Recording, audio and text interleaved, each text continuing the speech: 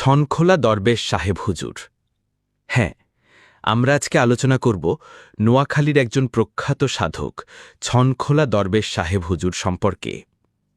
নোয়াখালী জেলার কবিরহাট উপজেলার ১ নং নরোত্তমপুর ইউনিয়নে ছনখোলা দরবেশ হুজুর রহমাতুল্লাহি আলাইহির পবিত্র মাজার অবস্থিত।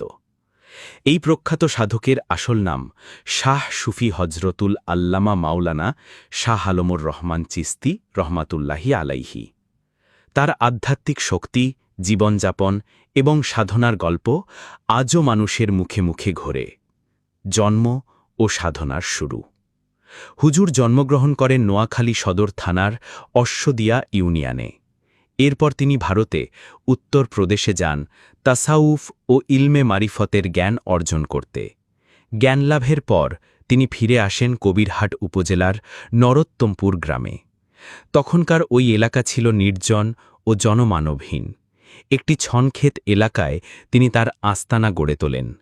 এই কারণেই তিনি পরিচিত হন ছনখোলা দরবেশ নামে। সাধনার ধারা ও জীবনযাপন। তিনি সবসময় পরতেন সাদা এক টুকরো কাপড়, যেটি দিয়ে পুরো শরীর ঢেকে রাখতেন। গোসল করতেন পুকুরে, গায়ে মাটি মেখে। বলতেন, আমরা মাটির মানুষ, মাটিই আমাদের জন্য খাঁটি। তিনি সাবান ব্যবহার করতেন না। প্রচণ্ড নিরঙ্ঘকার জীবনযাপন করতেন। অনেক সময় হঠাৎ গায়েব হয়ে যেতেন, আবার হঠাৎ ফিরে আসতেন। অলৌকিক ক্ষমতা ও কারামত।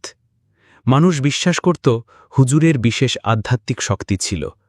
রোগ ব্যাধি, দুরারোগ্য অসুখ, এমনকি মহামারীতেও মানুষ তার কাছে গিয়ে সুস্থ হয়ে যেত।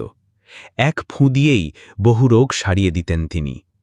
একবার এক ব্যক্তি হুজুরের জন্য দুধ নিয়ে এলে হুজুর তা ফিরিয়ে দেন এবং বলেন, তোমরা হাঁটুর নিচে এই দুধ এনেছ আর পথের মধ্যে বিশ্রামের সময় যেখানে কুকুর বসেছিল সেখানেই রেখেছিলে।